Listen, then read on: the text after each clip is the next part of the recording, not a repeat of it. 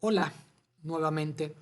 Antes de explicar la traducción en eucariontes, sí quisiera recordarles que la síntesis de RNA y la maduración de este es un proceso nuclear. En el núcleo es donde se sintetiza el RNA, donde se procesa por splicing, se le añade el cap en el 5', la poli A en el 3', y de ahí se exporta hacia el citoplasma.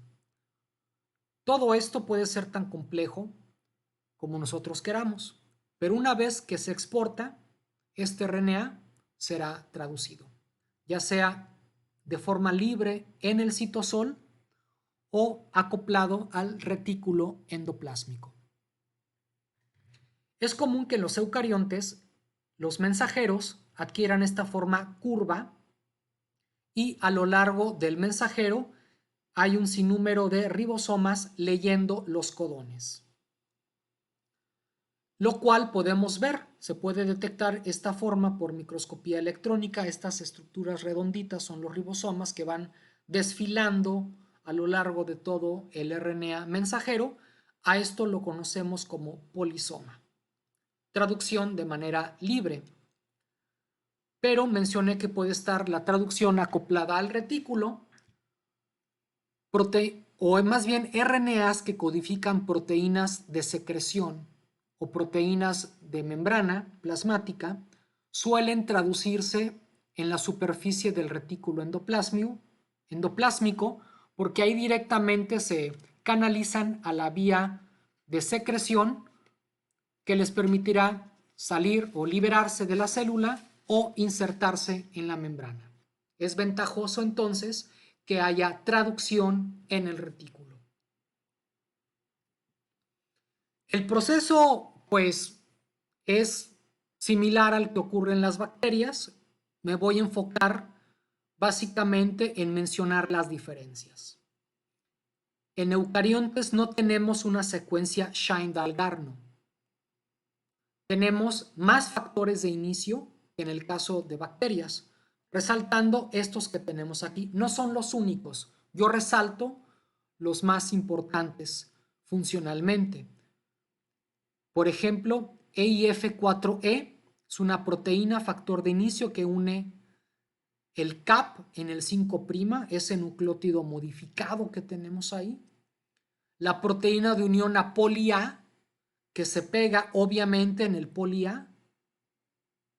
Y EIF4G, que es una proteína que mantiene a estas otras dos físicamente cerca y por eso es que el RNA adquiere esta forma curva. Hay otras proteínas asociadas como estas dos que tenemos aquí. Y por otro lado tenemos este complejo que se llama 48S, que tiene la subunidad pequeña ribosomal de los eucariontes, factores de inicio que son estos naranja, y el primer aminoacil-tRNA que lleva metionina, que en el caso de eucariontes no es formilmetionina. Estos dos complejos se unen, liberándose estos dos que estaban al inicio, y posteriormente llega a la subunidad grande, auxiliada por este otro factor de inicio, el 5B, formándose o ensamblándose el ribosoma completo.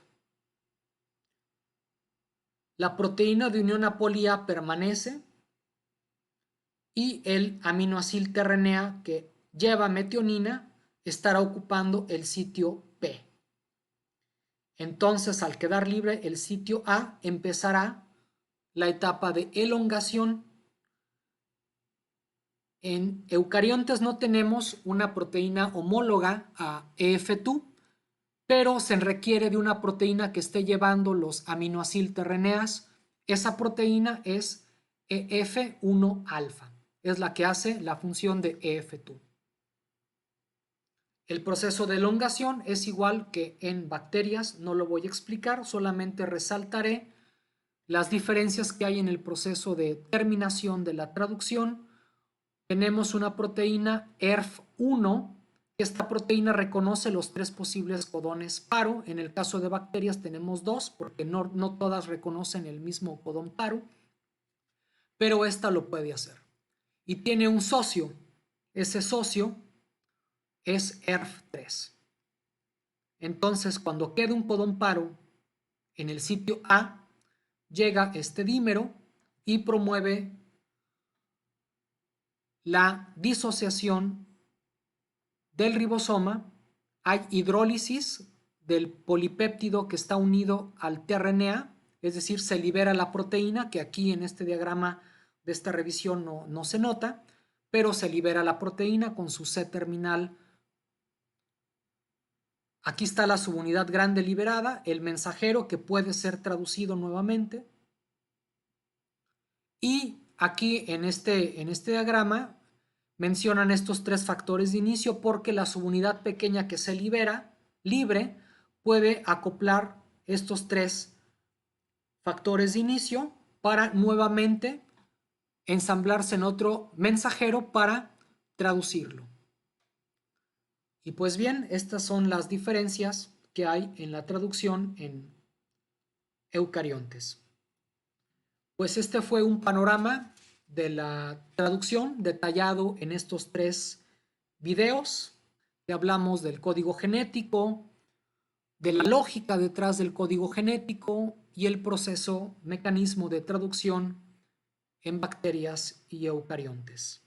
Muchas gracias por tu atención.